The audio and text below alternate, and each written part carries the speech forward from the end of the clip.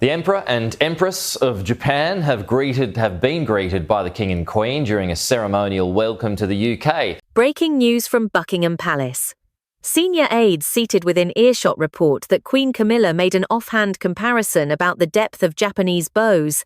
"In Europe, we could never keep up," a remark delivered lightly, received as a breach of protocol, and strong enough to chill a state banquet in honor of Japan's Prime Minister and spouse for several long seconds.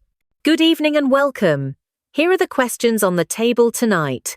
What, precisely, in Queen Camilla's wording crossed Japan's fine line between courtesy and condescension? How close did King Charles III's carefully staged evening come to freezing into polite failure?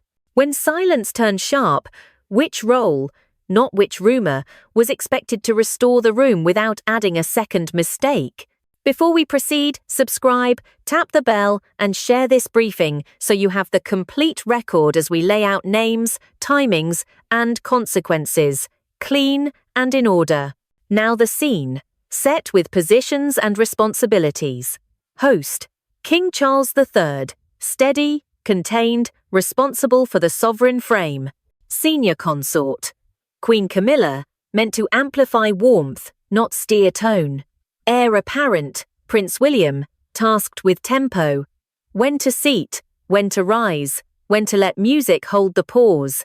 Princess of Wales, Catherine, pre-briefed on etiquette, honorifics, and the human circuitry of high protocol. Guests of honor, Japan's Prime Minister and spouse, supported by a disciplined delegation that reads nuance as if it were text.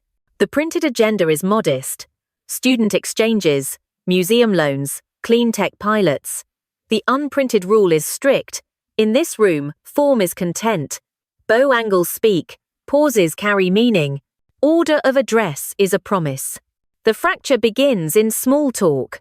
2 senior aides and 1 cultural advisor confirm the line. Volume, conversational. Tone, playful. Impact, cutting. The comparison treats Japan's bow not as language but as spectacle. In Japanese statecraft, a bow is syntax, respect embedded in posture and timing. Reduce the form and you reduce the respect. Temperature drops at once. Watch the tells. The Prime Minister stills. No frown, no protest. Just exact stillness, the diplomatic way to mark a line crossed. His spouse keeps her smile, but it settles. Brightness drains by degrees. Cutlery pauses. Pens halt mid-stroke.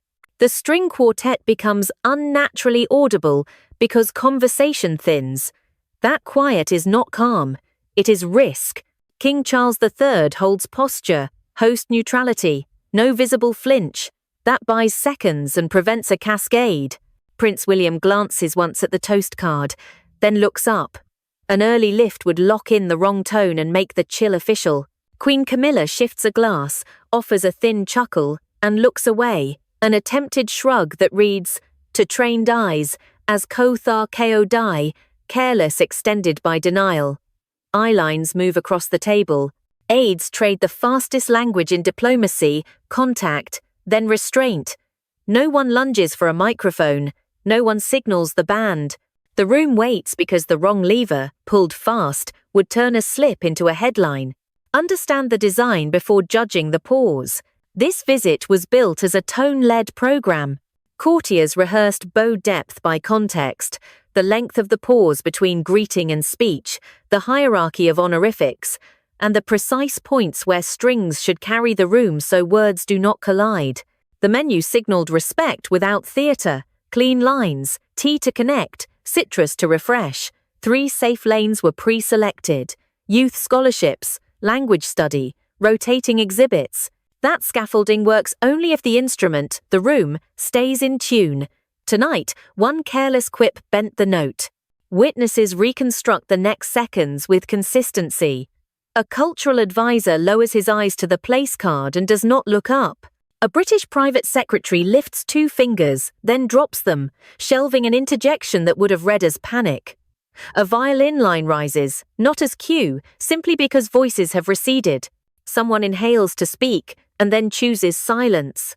The hazard is not explosion, it is implosion. A long, beautiful evening that yields communiques, so polite, they say nothing. Protocol lists options and prices them in risk. The host can intervene, but a corrective from the throne would magnify the breach. The heir can raise the toast, but too soon would codify the chill. A senior staffer can cut in with logistics, but that looks like a fire drill. The room needs a reset that is audible to those who felt the slip and invisible to those who did not. It needs competence, not theatre. It needs the right voice, in the right order, at the right second. Expectations tighten around roles. King Charles III maintains the frame. Prince William manages tempo. Queen Camilla, after the misstep, should recede into the host chorus and avoid centre stage entirely. Catherine, Princess of Wales, has been briefed to operate tone if called upon. But a briefing is not a performance. A plan is not the room. Seconds pass, shoulders hold, eyes wait. This is the pressure point where soft power earns or loses its name, not in grand speeches, but in angles, breaths, syllables, and seconds. One line bent the arc of an evening. The record shows the room did not break. The record does not yet show how it held, or who would be trusted to bring it back to working temperature without drawing blood from the narrative. Silence holds like wire. The protocol fracture is live, and the room waits for a reset that does not humiliate the host, the guest, or the institution. In that narrow corridor of risk, the working centre of gravity becomes Catherine, Princess of Wales, the one figure pre-briefed to read heat, absorb shock, and steer tone without seizing the spotlight. Here is what the preparation looked like before anyone sat down. Catherine's briefing folder ran to the practical, not the poetic. Bow angles by rank and setting, pacing between greeting and first sentence, honorifics for a head of government and spouse, off-ramps from sensitive topics, short-form toasts that travel well across languages, and the precise points in the program where the quartet can carry 30 seconds while words reset. There were phonetic lines for formal Japanese, annotated with breath marks. There were index cards for cultural threads, tea ceremony, contemporary printmaking, youth sport, safe lanes for rapport. This is not improvisation, it is engineering. Now the room, under stress. King Charles III keeps his posture in neutral, host authority without escalation. Prince William, whose job is tempo, resists the easy fix of an early toast. The wrong second becomes a headline. Queen Camilla, having created the slip, withdraws into a careful stillness that reads late and thin. Across the table, the Japanese Prime Minister remains composed. His spouse holds her smile, but the brightness has been put away. The quartet is audible in a way musicians notice and diplomats never want. Low voices travel just far enough to matter. Not yet. An equerry murmurs at Prince William's shoulder. Hold the toast, a senior private secretary whispers, pen hovering. A cultural advisor leans an inch toward the British side. No correction from the head. Please, form first. From the Japanese table, a note-taker to his colleague, almost without moving lips. Shizuka ni. Watch for respect, not apology. Catherine's first move is not speech. It is geometry. She squares her shoulders to the run of the table so she is visible to the guests of honour without crossing the king's line of sight. She places her fingertips on the linen for a beat, a personal metronome, and, to those who know her signals, a warning that a controlled intervention may be coming. Her chin angle lowers by a fraction, aligning with the etiquette notes for peer-to-guest acknowledgement. It is a small correction, but small is the point. Anything loud would rip the fabric they are trying to mend. Another ripple of whisper-level dialogue. Ma'am? An aide breathes at Catherine's left, a question hidden in the title. Catherine, eyes forward, almost inaudible. Wait for the bar. Shall I cue the strings? Asks the music liaison, hovering near a pillar. Negative. Let them breathe, comes the quiet reply from a palace coordinator. On the Japanese side, the Prime Minister's spouse, still smiling, to her husband in a thread-thin voice. Form will answer form. How? Aides later describe micro-communications that most viewers miss. A senior private secretary catches Catherine's eye and releases his pen, a non-verbal, "go if you must." A cultural advisor at the British side adjusts a place card toward the Japanese spouse, confirming where respectful attention should land first. On the far bank, a Japanese note-taker lifts his pencil, poised to record whether the room understands what was bent. If you map the risks, Catherine's route is the only one that pays. The throne cannot correct from the head of table without making the breach larger than the offence. The heir cannot force tempo without freezing the chill into the official record. Staff cannot cut through with logistics without announcing that the plan has failed. A peer-level intervention, precise and brief, delivered in the guest's voice and shaped to the spouse first, is the single lever that can move without snapping. Watch for the small choreography that prepares that lever.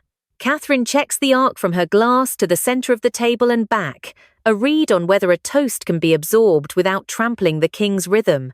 She aligns her wrist so the stemware will neither clatter nor look staged.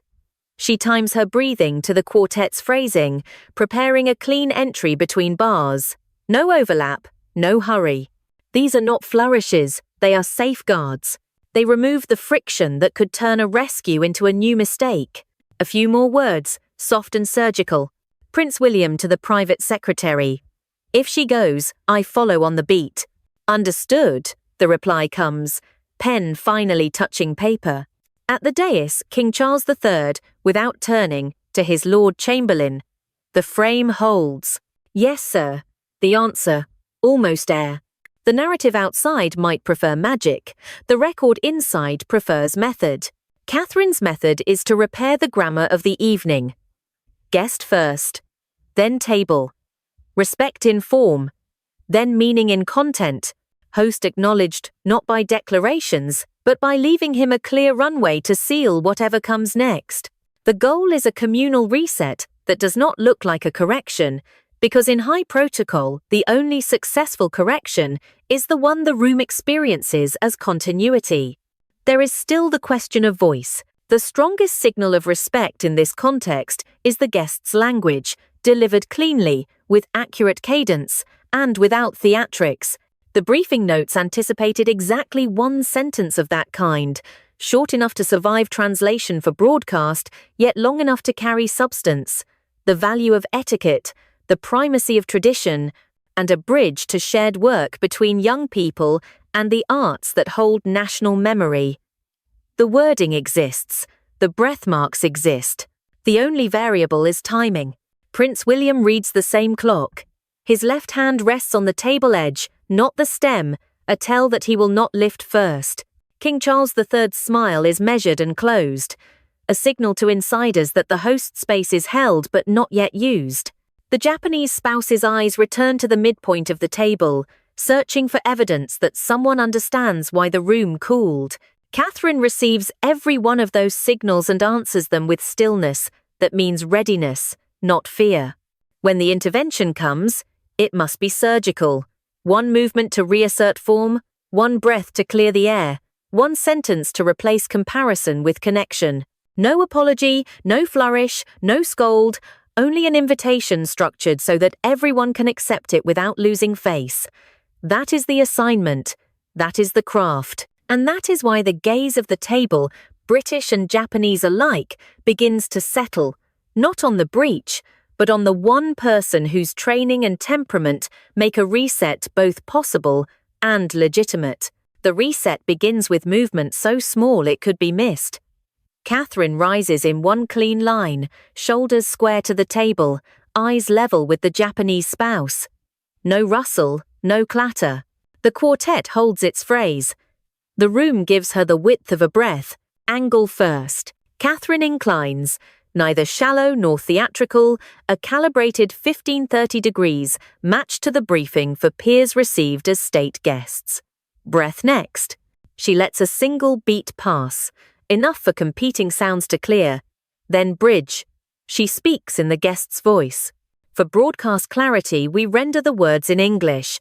Witnesses confirm she delivers them in flawless Japanese, cadence precise, vowels exact. Good evening. We hold your etiquette and traditions in the deepest respect. May we raise a glass to the bridges of learning between our young people and to the art that keeps our histories alive. Silence changes shape.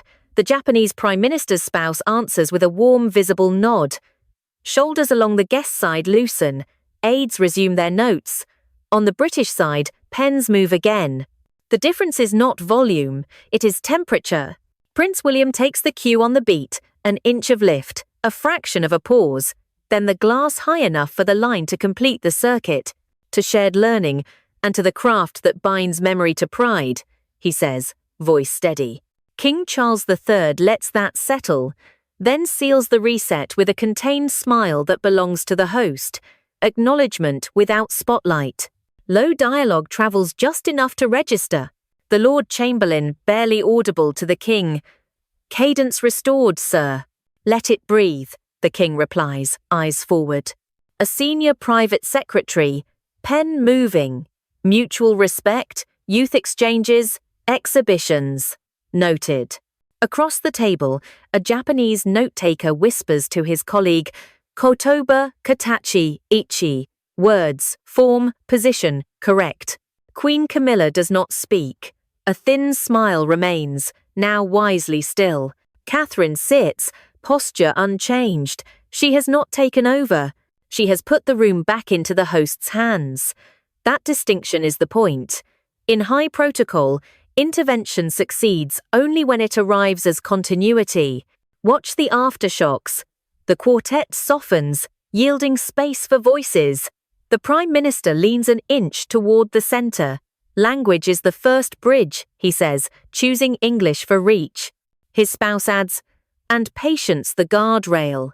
The line is generous and exact, a public acceptance that the grammar of the evening is restored.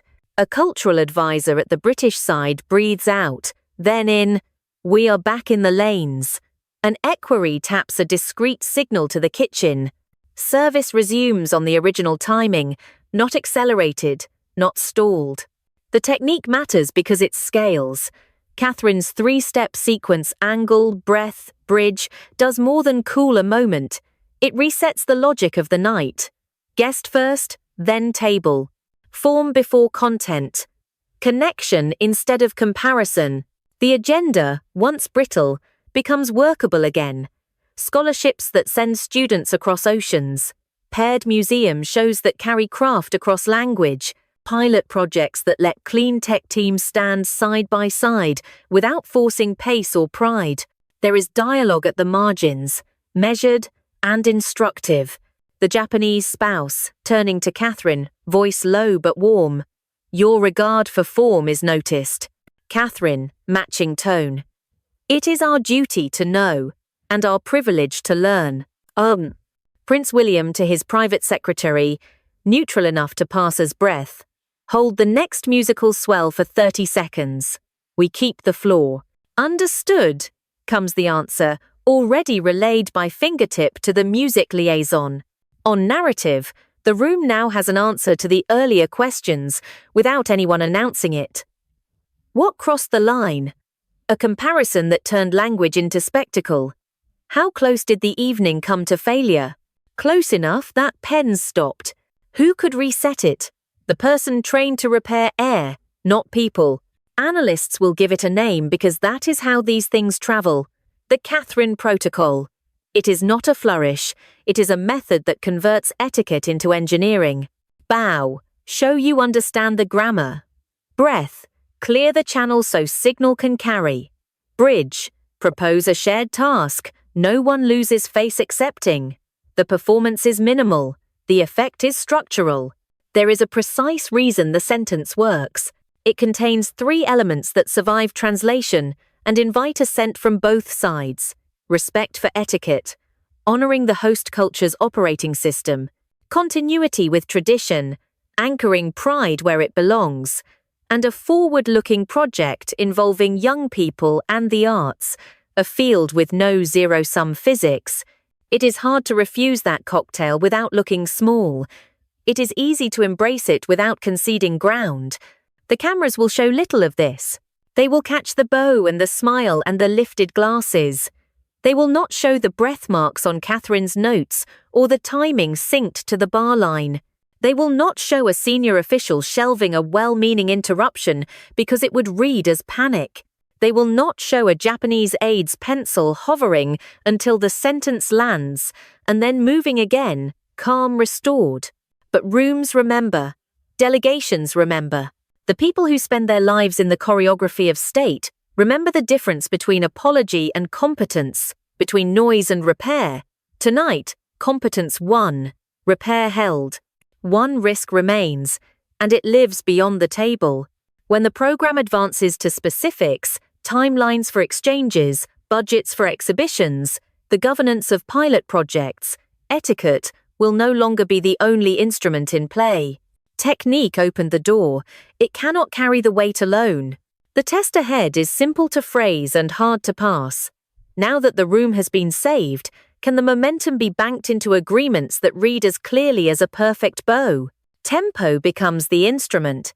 With the room reset, the task is containment. Hold the cadence, bank the goodwill, and steer the program back to its planned lanes without advertising that anything went wrong. Prince William takes the metronome roll seriously. He lets the laughter breathe for a measured count, then releases the next beat with a light prompt to the string quartet. The music shifts to a warmer register, not louder, just closer. Glasses return to linen with no clatter. Service resumes on the original schedule. Course, clearance, toast window, conversation arc. Nothing is rushed, nothing stalls. King Charles III anchors the sovereign frame. He does not reclaim the floor immediately. That would crowd the correction. Instead, he moves through the room with presence more than speech, host authority expressed in stillness, glances, and the occasional low exchange with the Lord Chamberlain. Cadence is right, the Lord Chamberlain says under breath. Keep it exact, the king replies, eyes soft but settled. At the press table in the anteroom, comms begin to rebuild the narrative. A senior private secretary drafts the skeleton of a line that can travel. Both sides underscored mutual respect for tradition and a shared commitment to youth exchanges and cultural work. The phrase is designed to read as substance without sounding like spin. It names respect. It points at deliverables. It says nothing about the shock that prompted the reset. On the guest side, the Japanese Prime Minister pivots to content that lives comfortably under the restored tone. Language is a bridge we build one step at a time, he says in perfectly judged English. And museums hold the map of where we have been. His spouse adds in a clear voice. Young people give those maps a future. The wording is careful. It acknowledges the value the evening has just defended, etiquette as content, then moves forward to work that no one has to lose to accept. Aides pick it up instantly.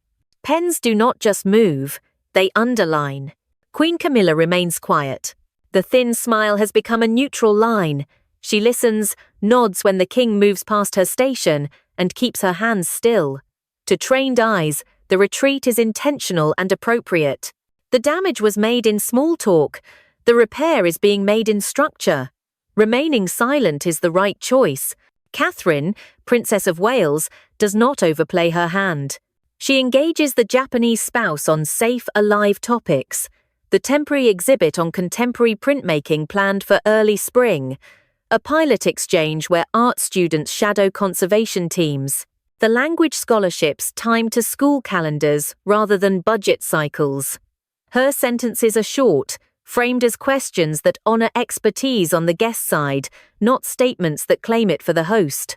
Your student's studio practice, does it integrate traditional paper? She asks. Frequently, and with pride, the spouse replies. Technique is heritage. Then we should match students by craft, not just by grade, Catherine says, offering a practical bridge that comms can sell tomorrow without strain. The quartet gives her the space to land that line. Prince William keeps one eye on the timing cards and one on the table dynamics. When a lull begins to form, he fills it, not with noise, but with a correctly placed aside. To the conservators who make the impossible routine, he says to the nearest curator, low enough to signal respect, loud enough to be heard by the right ears. A small, sincere laugh follows. The lull dissolves. Service delivers the next course on schedule. Citrus cuts the richness. Tea appears at the edges as a soft handover between plates. These are not culinary flourishes. They are signals, chosen earlier in the day to communicate attention without theatrics. In the anteroom, a comms aide asks the question every palace press team faces after a wobble. Do we preempt rumors? The senior private secretary shakes his head. We give them a story they prefer. Lead with the scholarships, the exhibit dates, the pilot sites. The rest will be noise without oxygen. Back inside, King Charles III chooses his moment. He rises for a brief, measured host acknowledgement. 30 seconds, not a speech. We are honored by your presence, he says, and by the shared work that travels between us. Students, crossing languages, craft, crossing time. No more, no less. The room hears that the host has endorsed the reset and located the evening's purpose in work, not posture. What matters now is traction. The tone is steady, the lanes are open, the narrative is rewired for respect. The next test is not aesthetic, it is operational. Can an evening rescued by etiquette translate into schedules, budgets, and names on paper without reopening the seam everyone just stitched? Leverage is the new objective. With cadence stable and faces saved, the question becomes how to convert repaired tone into measurable gains, dates, budgets, names on documents. The table shifts from etiquette to engineering. The first lever is education. A senior policy aide slides a slim folder toward the British side. Inside, a proposal for a bilateral scholarship track pairing language study with studio placements. Catherine, Princess of Wales, reads the cover with that clean, unhurried glance that tells the room she is not skimming for show. She asks one question that moves the idea from talk to timetable. What is the first intake you can guarantee without breaking your calendar? She says, voice level. April term, replies a Japanese education envoy, already penciling. 20 students each way. Langage plus placement. Anchor it to craft, Catherine adds. Paper, lacquer, conservation. Match by technique so tutors can teach from strength. Pens start marking boxes, not margins. This is traction you can measure. The second lever is museums. Prince William acknowledges the director seated 2 places down. Your team's spring exhibit. Can it travel in autumn with a paired loan from Tokyo? It is not a grand ask. It is a practical one, designed to be answered on the spot. We can stage a compact version, the director replies, if Tokyo agrees to reciprocal prints. A Japanese cultural official nods once. Reciprocity is expected. We will specify works by catalogue number. The exchange is clinical and reassuring. Specific titles mean fewer stories later. Catalogue numbers are hard to spin. The third lever is clean tech pilots. King Charles III gives the floor a small opening with a host's courtesy, not a policy speech. Our engineers tell me that pilot projects behave better than pronouncements, he says, half smile contained. Start where the machines can talk to each other. A British innovation advisor offers the narrow target. A joint battery storage test at a museum annex, controlled environment, clear metrics, public benefit. The Japan side considers. The Prime Minister speaks in measured English. If results are published and student teams participate, it becomes a bridge, not a billboard. And then agreed, William answers. Publish, mentor, repeat. In the anteroom, comms edits the holding line in real time. The phrasing now reads, both sides confirmed a target for April student exchanges, a reciprocal exhibit plan for autumn, and a joint battery storage pilot with published results. The verbs are careful, confirmed, plan, pilot.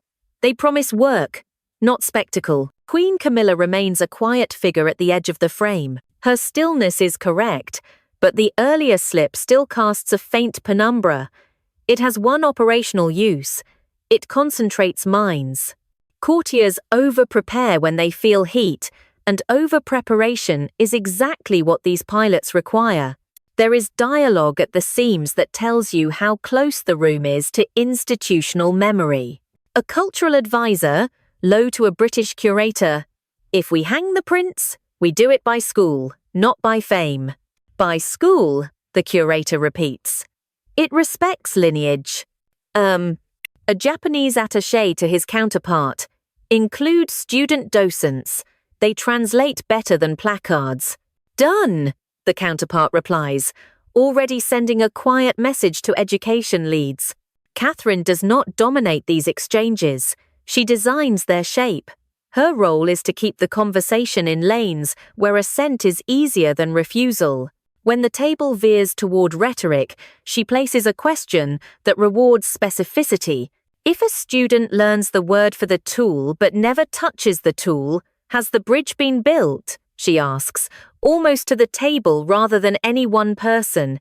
It has been drawn, the Prime Minister's spouse answers, smiling, but not crossed. Then let them cross, Catherine says.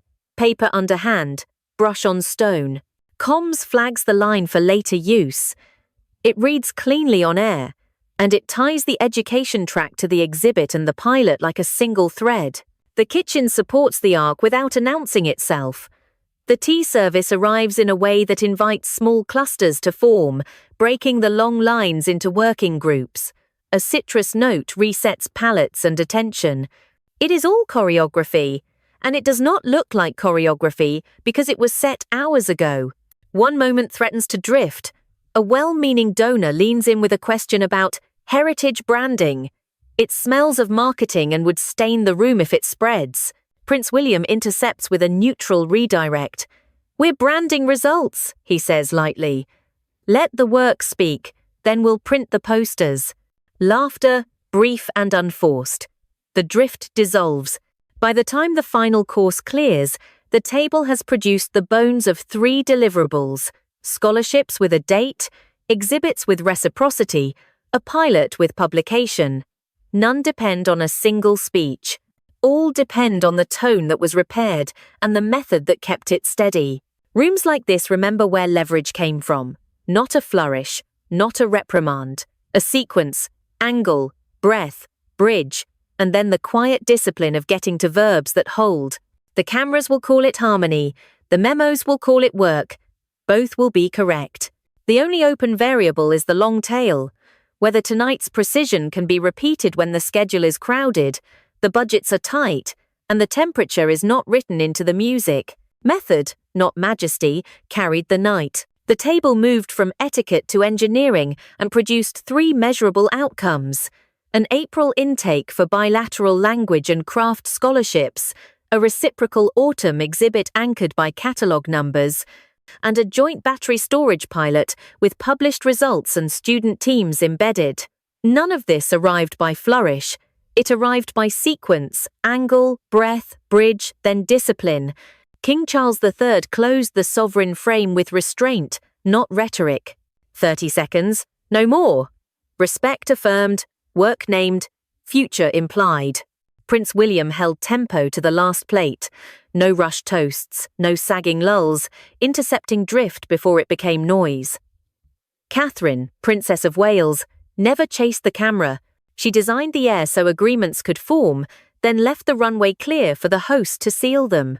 That is the difference between performance and stewardship. The Japanese delegation answered in kind.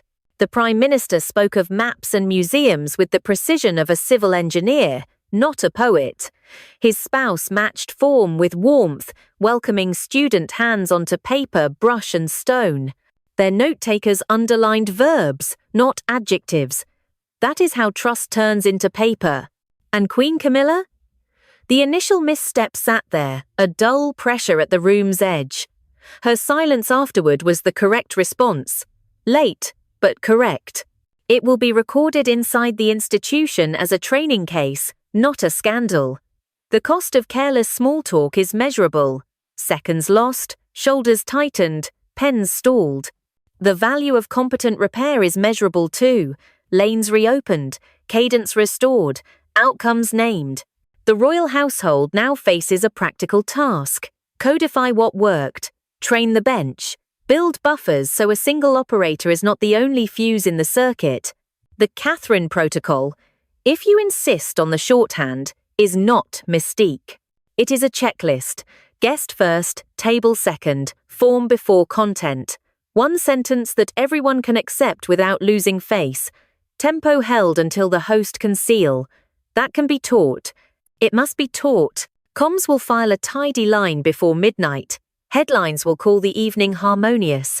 The memos will be drier and more useful. What matters is whether tonight's precision repeats when the calendar crowds, budgets bite, or another stray aside tests the frame. Rooms, remember. So do partners. So here is the question that carries beyond Buckingham. Once you've saved the room, can you save the week, the quarter, the year, converting etiquette into delivery without reopening the seam you just stitched? If you want the full follow-through, how scholarships turn into placements, which prints travel, where the pilot lives, and whether the training sticks, subscribe, hit the bell, and tell us in the comments which deliverable you want tracked first. Thanks for watching.